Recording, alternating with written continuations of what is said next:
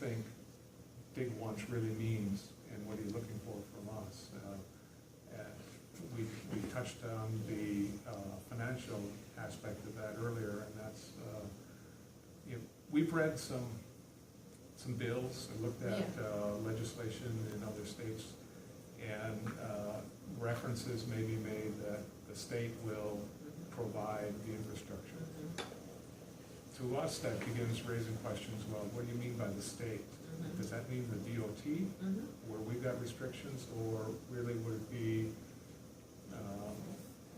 Minnesota IT or admin or somebody else who may be responsible for paying for that and installing it? And when we think about pre-placement, we have expertise in transportation systems and building highways and other types of infrastructure.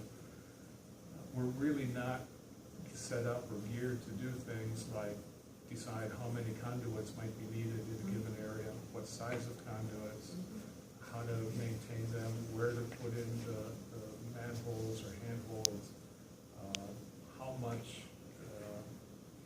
you need to charge somebody in the future, how to set up the structure. We don't really have our internal billing structure that's more than a very rudimentary type thing, because we rarely do it.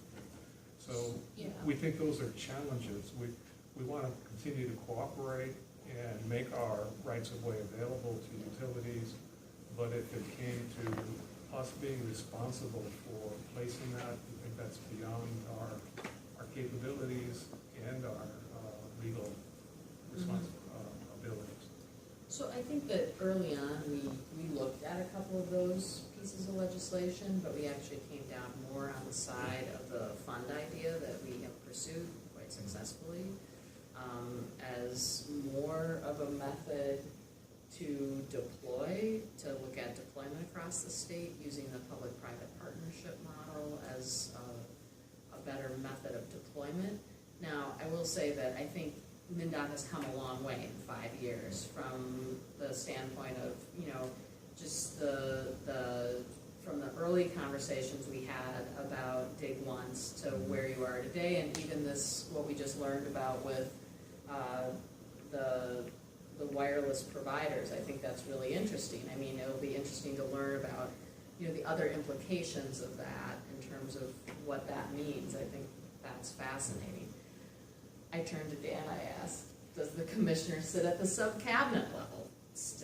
Yet. And I think that that's one of the things that we have asked a number of times. I know commissioners don't want to add anything more to their plate, but frankly, I think, this is an area where having the Commissioner of Transportation sit at the sub-cabinet level of the governor's sub-cabinet on broadband, or the designee would be really important, because